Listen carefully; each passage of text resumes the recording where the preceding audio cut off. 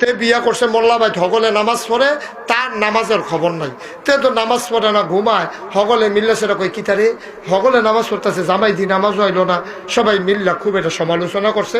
ফোলা ফাইনে হলার মাথার মধ্যে নিশান লাগাইয়া মিছিল বার করছে বেনামাজি দুলা ভাই। তো ঘুমের তে ফাল দিয়ে উঠতেছে না, কখনো বড় মানুষের ইঙ্গিত আছে, সুইটটা ফলাফেন এত মিলাইয়া স্লোগান দিতে পারলো না। এটা অবশ্যই বড় মানুষের ইঙ্গিত আছে। আচ্ছা নামাজ লই এত টিটকারি, নামাজ কারে কয় টের ফাইবে আর উল্লা খার তামাইলে।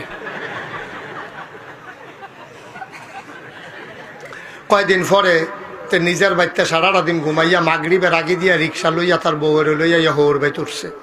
শ্বশুর বাড়িতে সকলে খাওয়া দাওয়া করে ঘুমাইলেছে। তে তো ঘুমের তো উঠতেছে, তার তো আর ঘুম নাই। তে যখন ঘুমের তো উঠতেছে সেটা বইছে, সকলে গিয়া ঘুমায়, তে গিয়ে উঠতেছে, তার তো ঘুমে ধরে না। তার বউ ডাক দেখিয়া ঘুমাইতেছে। রাইতে যখন 12টা পার হইছে, তে আস্তে করে দরজা খুললা শ্বশুর শাশুড়ির ঘরের সামনে গেছে, গিয়া সেটা ডাক দিতে আছে, হ্যাঁ মোল্লা বাড়ি, বাড়িটা সুখে একটা তাহাজ্জুদ নাই।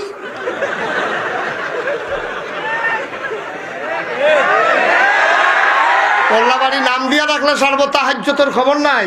হৌর হরি তো ফাল দিয়ে ঘুমে তুইটা কই ইজ্জত যা খেরুইলা নামাজও কি এ রোজু।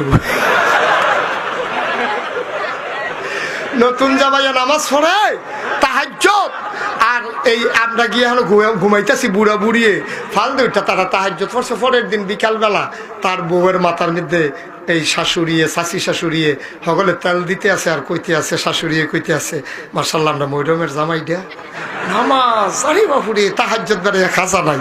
কালকে আমরা রোদ সরম দিয়া লাইছে। মৈরমে কইতেছে আম্মা যতক্ষণ এত না, আমরা বাইতে নাই এরকম, তারা বাইতে এক ওয়াক্ত না।